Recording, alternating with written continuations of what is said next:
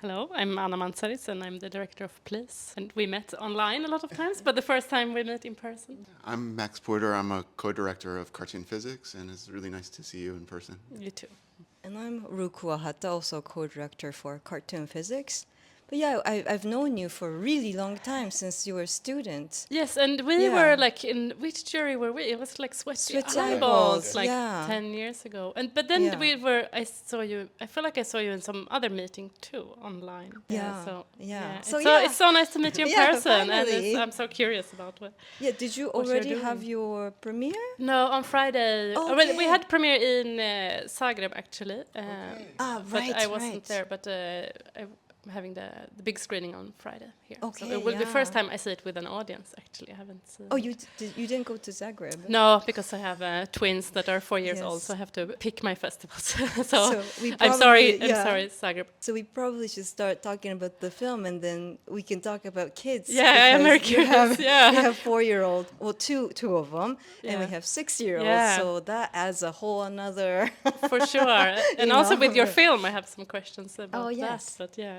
No, I was going to ask if you had seen your film already with an audience, because for me that's going to be like a really special experience, because I think in particular with your film, the humor and like the pauses, I can imagine that it will feel so much different with people in the room, filling the space between actions. Yeah, and it can be so different from screening to screening. Like sometimes people just like get it and it's the right, and it's like the best feeling, and sometimes it's like no, they don't fully get it, or like like it's always good, but it's like it can also vary. But yeah, I'm really looking forward. And you are watching it for the first time as well with an audience. In about an hour. Are you excited?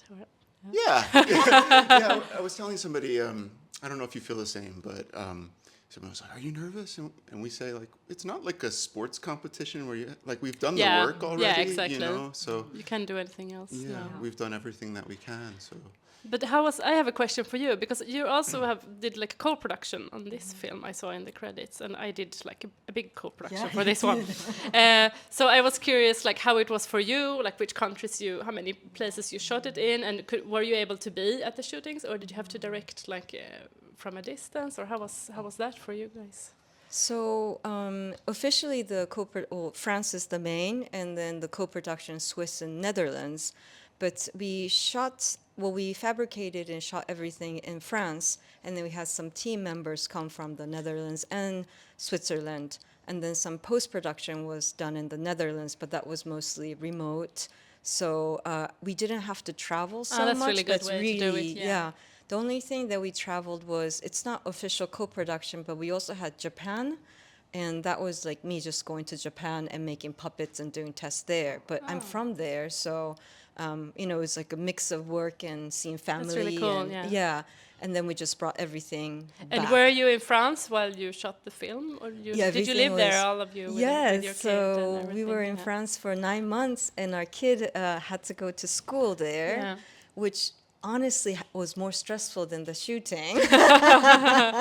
Because the shooting, everybody's professional, and we got to pick our team. So it was really stable and no drama, just really like every day, let's do this.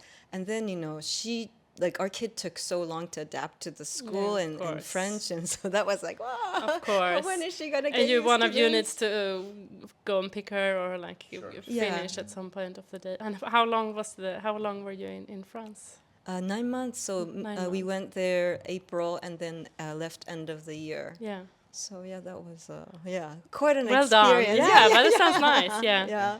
Did you travel for your co-production? I traveled, but ours was really complicated because it's my fault, because there's like so many sets in. It's like 40 puppets and like a lot of sets. So it would have been lovely to do like how you did and bring people instead. We managed to do that with Norway, so we got Norwegian co-production, and we could bring Norwegian animators to Sweden. But because there were so many sets and so many setups, and because you don't get that much money in Sweden, had to do like, we were 5 countries, and we built the sets in 2 countries by 3 different studios, and we shot it in 3 countries. So I couldn't shipped. Yeah, so Or a in trunk? Sweden we built sets and we shot it there, Yeah. so that worked fine. But it was in south of Sweden, so I just went like for a week to set it up, and I had to direct it remotely.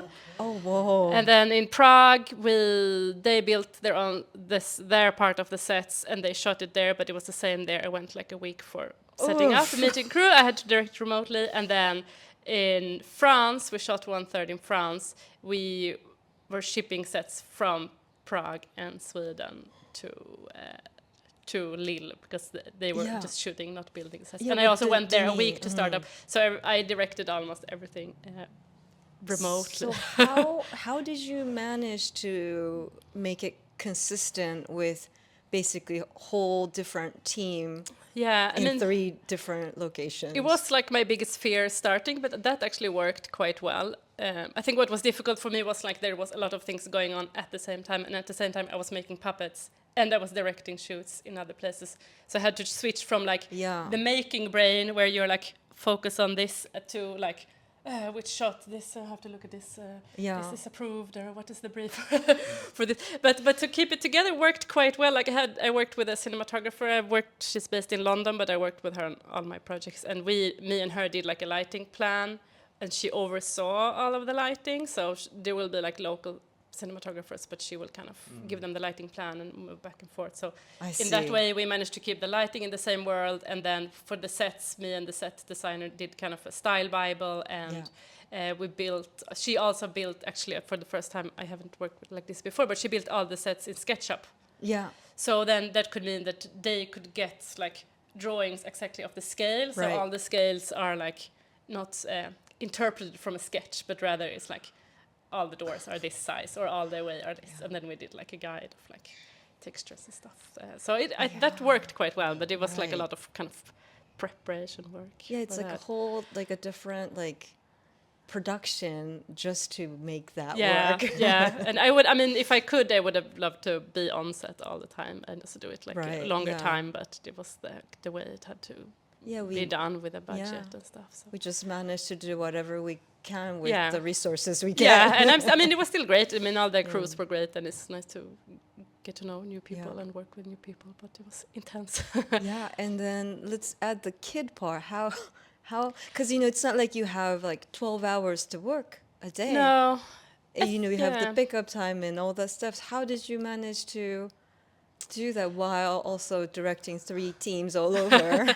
I don't know now when I'm thinking back. I don't know how I managed it. But I think I also become more efficient when you do have kids, and then it's both very stressful because the teams don't work the same hours. So sometimes I'm picking up from the kindergarten. I'm with 2 kids in the park, and I'm getting like, is this block approved? And I'm like, don't run away. Wait a second. I have to. So it was very stressful, but also it's kind of nice because you're forced to shut off. Because I think before I had kids, I could be very like into the project, and now it's like. It's also kind of nice that you have to like switch it off a bit and you go and pick them and you need to think about something completely else, and just like you get a little break. How was it for you with I mean, you had the same thing. Yeah. I always said my work hours, or one of our work hours, would be like 10 minutes after the school starts, and then 10 minutes before the school ends. Yeah. And then I always had my alarm set at 4:10. That's the sound I need to clean up. Yeah. And then 4:20, run. Yeah. Before the gate closes. So could you like take, because something I wanted to ask you is like how you divide the directing between both of you. Do you do like exactly the same thing, or do you have different roles, and do you have disagreement?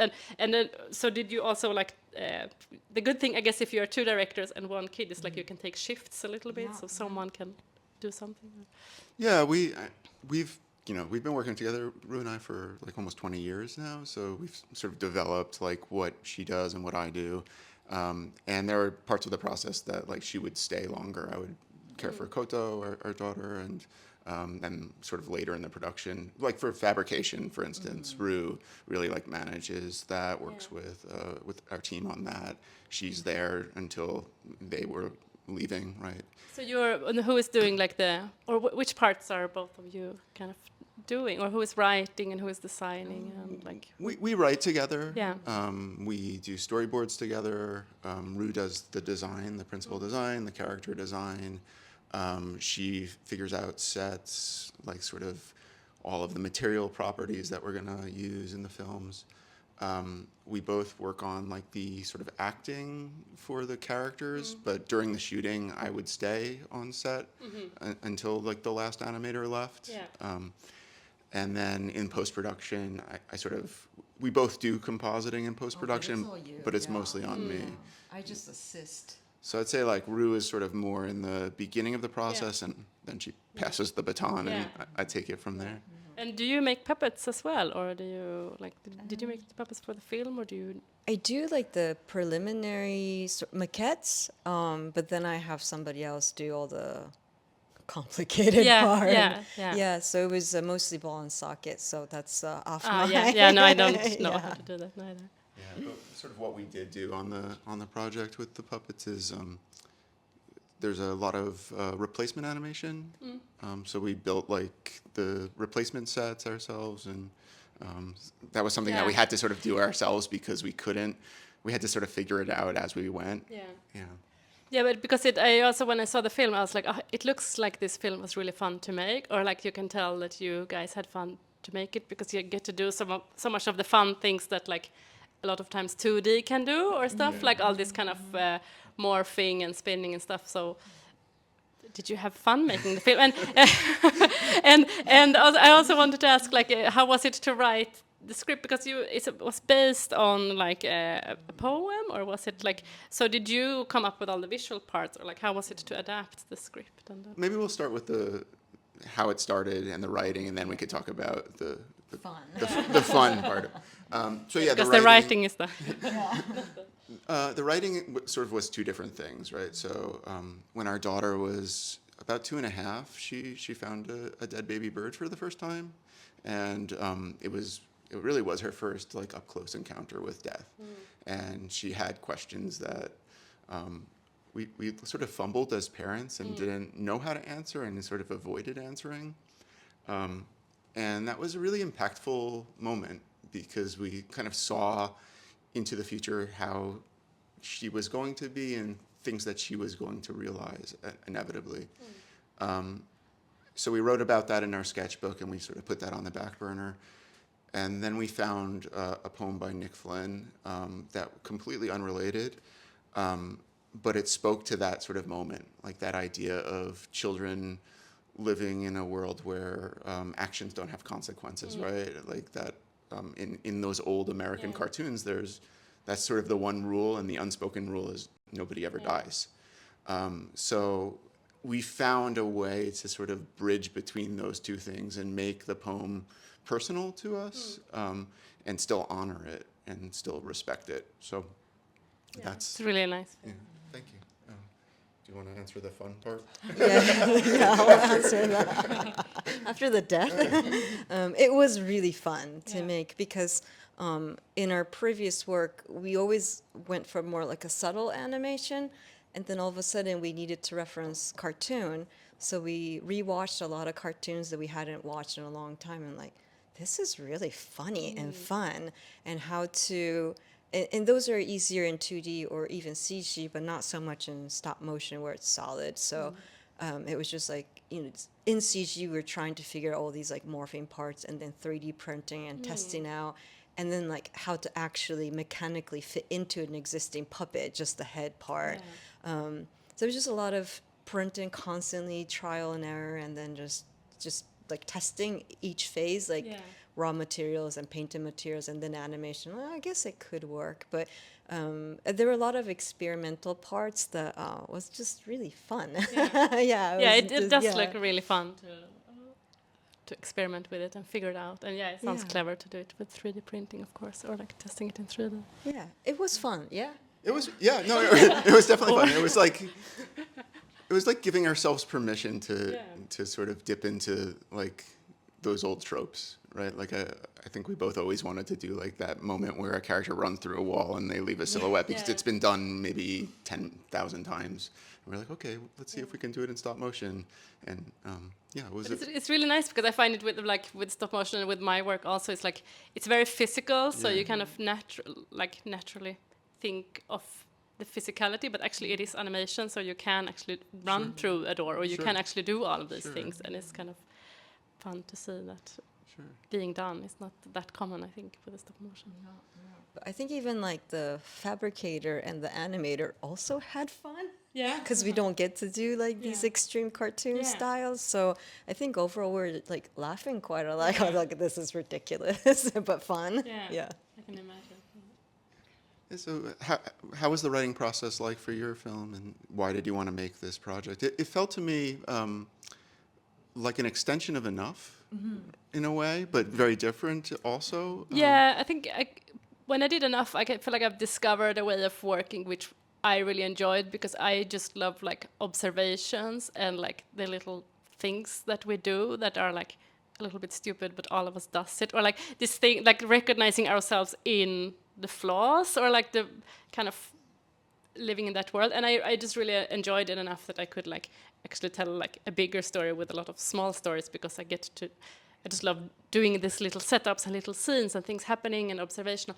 So I wanted to kind of explore more working in that rather than like a single character narrative. And then at the same time, I think it started like during the pandemic. There was like the Swedish Film Institute like made a call for like doing a film about the future. If you give an idea, they will give money to 10 films or something. And I started to write, and I was like, oh, actually I'm not at all interested in the future. I just tried to fit it in, but I was interested in like this kind of neediness, and how we kind of try to find love in like very flawful way, or like how we are like everyone is a little bit lonely, and everyone wants to find it, but it's fumbling, and they are like, oh, did you also like all these kind of themes around that, or like how you kind of pretend that you're fine but maybe you're not, or like how people like play cool but maybe they feel like a bit desperate or needy or pathetic on the inside. So I also love the idea of like the puppets doing what we feel but we don't show, kind of, so they kind of becomes like a spokesperson for like the things that we don't show ourselves. Like it's something fun with that. So it kind of started with the idea of wanting to do something like around that theme, and then this way of structuring the story. But I didn't want to do like the same short thing. And again, like Enough I did during RCA. It was like my first year film there, so it was like 5-6 months and no money, so it was really short and working like day and night. And I was like, I didn't want to do like that again, but I kind of wanted to work with these structures. So I worked. For me, the script is like the most. I don't know how it's for you guys, but for me, that's the most difficult part. And I also like have so much of my own ideas that I struggle to like hand over an idea to someone to write a script for me. I want to have control of it, but I also struggle to write it. So it was kind of like long process, and I had a lot of different people kind of giving me feedback, and kind of starting with like I would start with like the concept. I knew the concept and idea, and I just started to think about a lot of small ideas and see how I could structure it to like create a narrative. And I wanted like the characters to come back instead of like seeing one every single time. I thought it was nice that they will like come back like maybe 3 times throughout the film, so they have like, so it's like a little deeper or a little bit more complex in a way. So it took a really long time, and I worked with a very good kind of story consultant as well, and that helped me a lot with structuring and stuff, because I struggle a lot with like I think it's tricky with structure and stuff. So it was quite a long process, but yeah. Right. Yeah, I always wonder, like, you know, you have multiple characters, like do you have like kind of an overall story of each character, like you develop that, or you just develop like, let's say 10, like all of 10 characters all at once, and then try to like, you know, how do you do that? I don't know how to. No, but I think of all the scenes or the feelings I want to have in the film. So it's like, oh, I really wanted this like kind of the guy who is like responsible for a lot of people, but then he's really insecure on the inside. Or I kind of wanted this couple where one is very clingy. So I had all of these ideas, and then I kind of start to think like which one could actually, this one could be the same character, so that one and that does something. So I tried to connect some of them, and it's just a lot of back and forth, I think. And I was working at the same kind of parallel with the storyboard and the animatic, and then changing the script. So it's kind of, I didn't have like a finished script and then did the animatic. I kind of had a script draft, and then I tested animatic, and it's like, this dynamic is too flat, and which has a lot of back and forth. And I worked with this guy who was like story consultant, who was really good. And I feel like he kind of understood what I wanted to do, and he didn't try to make it into like a classic script writing example, but instead try to work within that. So, yeah, I don't know if that answers your questions how I do, but it's just like a lot of back and forth until it feels right, and then it's like, how do you find the writing process for your films? Like, or what is the hardest part for you guys? Okay, so the writing process, it's really a conversation between us. Like, we sort of have a concept, or even like with cartoon physics, we wanted to write something about parenting. When our kid was born, like, this is really strange, like emotions, like, and it's very complicated. Let's make something. So we had that as a core, and it was just we're developing multiple things and how they would come together, but in a way individually we'll like write or draw or like do random stuff and see how we would work together. And then at a certain point, like, point that we said, okay, here's the dead bird conversation with our kid, and here's Nick Flynn's poem, like, I think this could merge. Then it was really like Max kind of wrote the script or statement, I don't know, not script, but like just a storyline. And then I would do some drawings, like he would do some drawings, and we just kept talking and talking. And we have this method of we go for a long walk, and then we just kind of go, okay, like first daughter's looking at the bird, she calls mom, and then we just kind of go through like plot, and then if there's a conversation, we just, okay, like you do the kid, I do the mom or something. We like kind of talk, and that's how we write. But especially with cartoon physics, we wanted to use her daughter's voice, and she couldn't. She's trying to learn how to write and read now. So at the time she couldn't. So it's not like we could give her script and she could just, act. Exactly, So we had to kind of create a scene in her room and made some cardboard props, and just she would react to the situation, and I knew the script, so I would kind of lead. So you didn't tell her, like, say this. You rather No. try to bring it out of her. Yeah, that's exactly. Smart. So she ended up writing the script. In that sense, it was that's more quite of a documentary. Cool. So collaborator. So it was totally a collaboration. And did you use her? Because I was also thinking, like, in the film, she's 4 years old, and my kids are now 4 years old, and I recognize a lot of the body language, like of that, and even like I loved when she gets angry and she's like, or something like this, because it's like that's what my kids would do sometimes. Did you use her a lot for like animation reference as well, or did you film her? Or did you just like? Yes, some of the difficult scenes we filmed her, and that it was like, can you please do this? We showed animatic and like, can you act it like this? And she never did what we said. Of course. So the reference was just it was what it was. But like 10 videos and like, and then with an animator, like just kind of, okay, let's piece this together and make it work. But so in a way, the writing process was really a family business. That's so cool. Did she watch the film? Does she think? What did she say? She watched it. She laughs at some parts. She was scared of some parts, which makes sense because there are things that she doesn't understand and we don't understand that are a little scary. But I think she finds it really funny to see a character of herself. That must be so cool. What about your kids? Have they watched your film, and what do they think? Yeah, they did watch a couple of my films, like some weeks ago. I mean, they do know that I make films, but they don't understand the concept of it. So at some point, I put like 101 Dalmatians and was like, "Mom, did you make this film?" And I was like, "No, they don't." But they don't understand the scale of different things. But yeah, I did show them like Please and Enough and stuff for a couple. They were laughing at some. It was funny. They were laughing a little bit at some points, and they were like, again.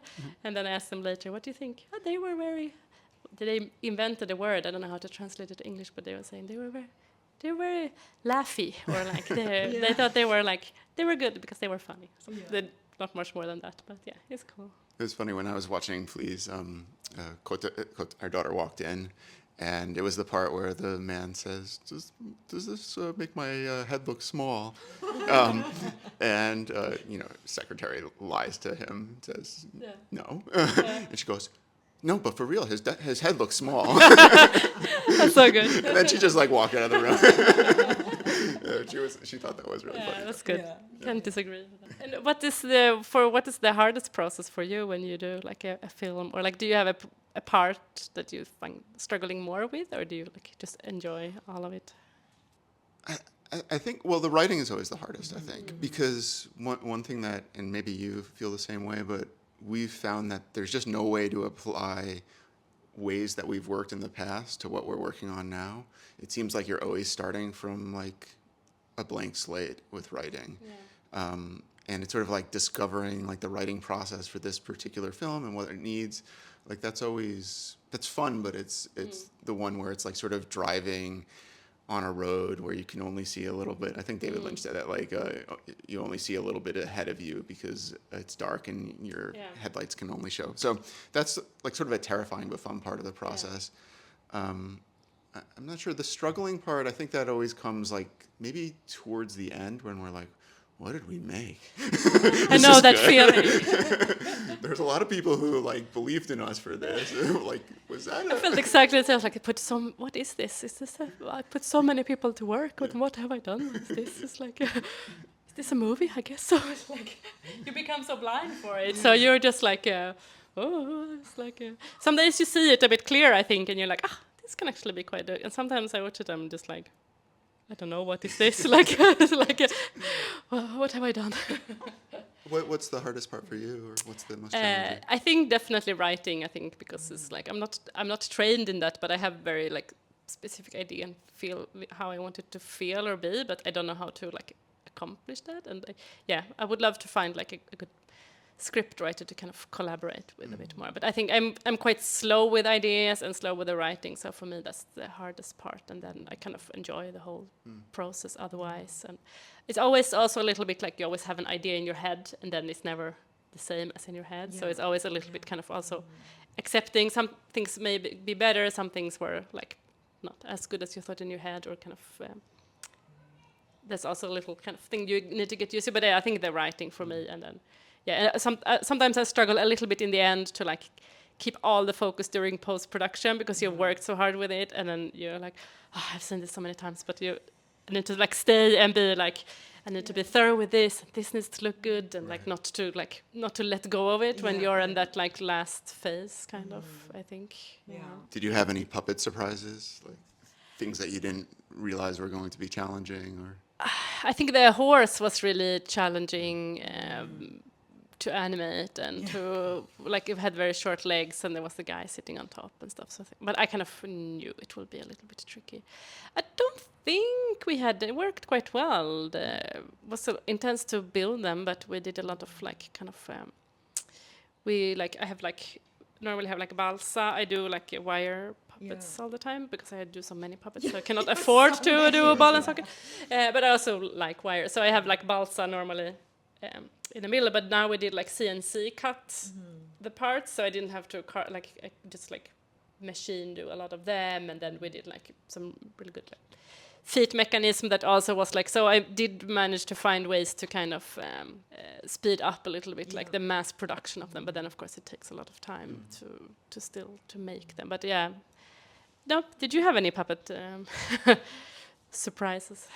Not puppet surprises, but this was like maybe a little bit naive on our part, but we built this like backyard that's just tons of grass, and we made sure the grass looked great, but we just couldn't. We couldn't do tie downs through the grass, so everything had to be shot on a rig, and we were like, those were going to be like the easy shots for post production, and then the grass just never stopped moving, and we tried like a lot of like building small platforms and all of these like techniques to like make the grass stop moving, but it just wouldn't stop.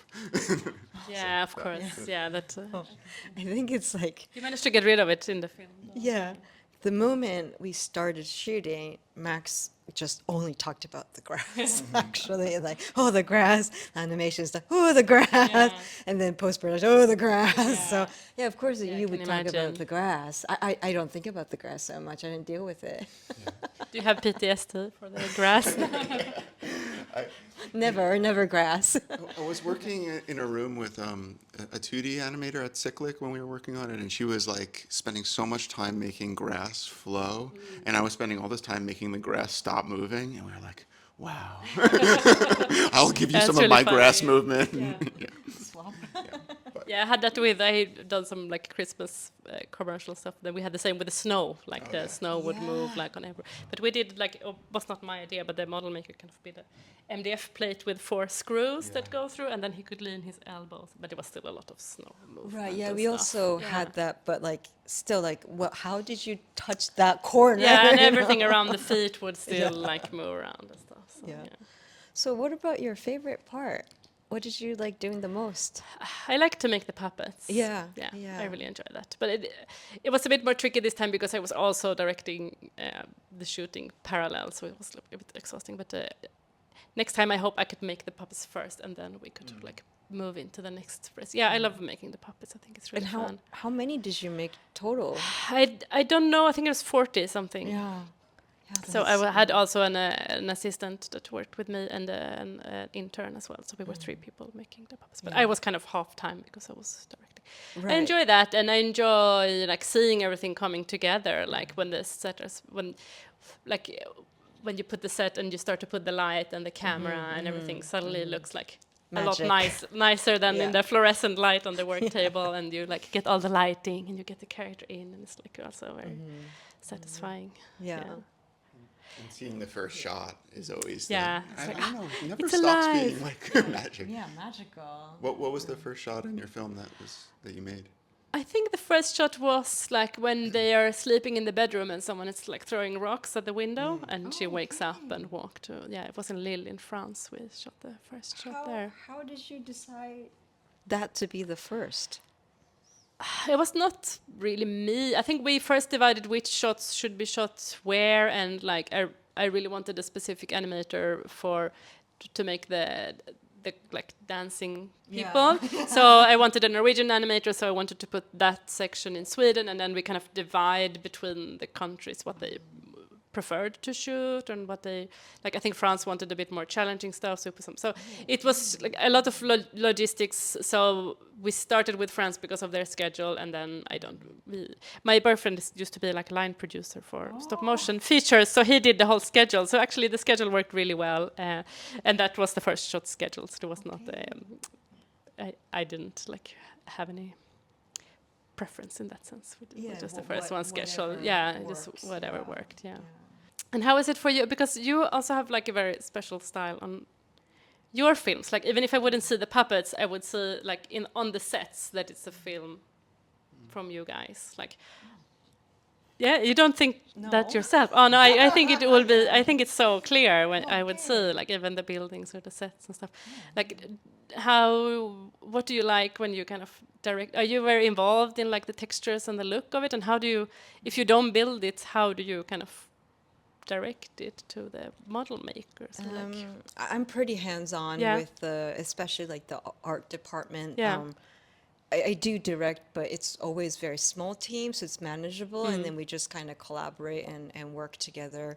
But we do quite a lot of preparation. You know, at least we have like the style frame of like important scenes, colors or like materials. So the testing is already done, and then once we have the team, it's a bit more like expanding. Yeah. But and do you do like a sketch, kind of a color sketch for each set then, or how is your process? Not. It's a bit more like deciding like which color. Like our cartoon scene is very limited in color, so it's like figuring out that 4 or 5 colors, and then just painting over the animatic. Yeah. It's not really like fancy like the concept art with all the shades. So you just paint over the animatic, kind of a palette. It's like this color, and the lighting will solve the gradation. But here's the color, just put it on. So it's not as detailed probably, but enough to kind of get going. Yeah. I mean, if you are there with the model makers, then you can also just look. I mean, that's how I prefer to work if I can as well. You just look for real and actually this color looks better here, or let's do that there, just or like make the orange darker, or And do you have like what kind of textures do you like to work with? Because I feel like also texturally I can see a little bit on your style. Do you like, or maybe because you like to paint over it, or like how is like? I love fabric. Yeah. Yeah, and then painting on but fabric is so fun. I mean, some people don't like fabric because it stretches, you know, it changes so much, but I I can force it a little bit more. So I think I tend to lean towards fabric, balsa wood, and clay. Those are like my 3 go-to that I feel comfortable and I end up liking the most. With cartoon physics, we end up doing a lot more styrofoam, which I also like, but it's so dusty and not really good for health. So that's where I hesitated. But still, you know, it's just like clay. Yeah. And do you have a studio space in where you, because you live in Canada, right? In the States, but northern, very close to Canada. Okay, we do have a amount of studio space. It's actually our top floor of the house that we renovated and made into studio. So do you do like a bit of tests and stuff? Yeah. Would you work from there? Yeah. We can at least set up like not exterior but interior scene, set and then light it and kind of get like the that's the really flow. cool. For cartoon physics, Ru ended up making, I'd say, 80% of like the props before, like in the States, and we shipped them to France just so that we could kind of focus on the big construction when we were, you know, on the clock. Yeah. Yeah, but Ru always says like part of why you choose textures is you like how they feel, like the physical engagement. Yeah. Yeah, and is that something that you think about a lot too? Because your puppets and your world is so tactile as well. Yeah, I guess, and how they look in camera, I think also is like how I kind of, it's very like thankful kind of materials, how to look in camera, and I just like to build stuff and make stuff, so it's just like. What's your next project? I have some different ideas, but I have nothing like really big started yet. I've been very like consumed by this film, and now I'm gonna have summer holidays, and it's been very intense 1.5 years in production. So I have some very like early stages ideas, but I will see. I got a little bit of kind of art grant in Sweden, so I can take a couple of months to work on my own instead of doing commissions and stuff. So I will try to develop something. But I'm quite slow with idea. It's not good for stop motion because I guess the best thing would be like to develop another project while you're making the first project, but I struggle with that. So but you also do a lot of commercials too. Yeah, that's kind of how I make a living most of it. Which is just good, which I enjoy too. But it's I wish to do more of my personal stuff as well. And for you, same question back to you. We're developing a few longer form projects and maybe another short. So again, it's similar to you. It's in like it's sort of very early stages at the moment. Yeah. It's hard to sort of have your mind in another project while you're finishing. Yeah, do you feel like you can like start developing things while you're in another production, or like how do you find that? It's generative, like the ideas come, but I don't think they can be properly developed until another project it's just in a notebook somewhere waiting or something. Yeah, I feel a bit the same. And it's also kind of nice to do more of a commercial project after to not be so in your head. Yeah. It's nice kind of contrast because it's like quick and big crew and it's fun and it's more like you solve a problem because there already is a concept there. So you're like, how can I do this in the best way? Well, I feel like a short film, everything comes from you, and it's more rewarding, but it's also more draining because everything comes from you and it means something and you have to stand for it and you want to like it takes longer and everything. Totally, it's you also have to be the one to say this is good. You know, like exactly. Move on You're or the next shot. You know, whereas commercials, somebody says like, oh, it's good or it's not good. It's much more like framed or contained, so in that sense it's but because you guys do a little bit of commission work as well, right? That's do you enjoy how we it? Also make money. I think having both is actually good balance. I think doing just one side would be a little bit harder mentally, but just financially and mentally. No, for 100%. I quite enjoy it too because it's like you get to, if you do a commission project, you get to meet like, I met so many good people that I then could work with in my short films, or I see how all these amazing people work, and then I could like take that on and work it in my short film rather than like only existing in my own bubble kind of. So it's I find it quite rewarding. Also, like with commercials, to work with line producers, and then I Yeah. get their, scheduling. Yeah. I was like, oh, I'm gonna use that Yeah, for mine. I'm always using my boyfriend's scheduling, even for other stuff. I'm like, do you have time for this? What do you think about it? Is this realistic? He's like, no, because I'm very time optimistic. So it's I need a producer mind as well. Okay.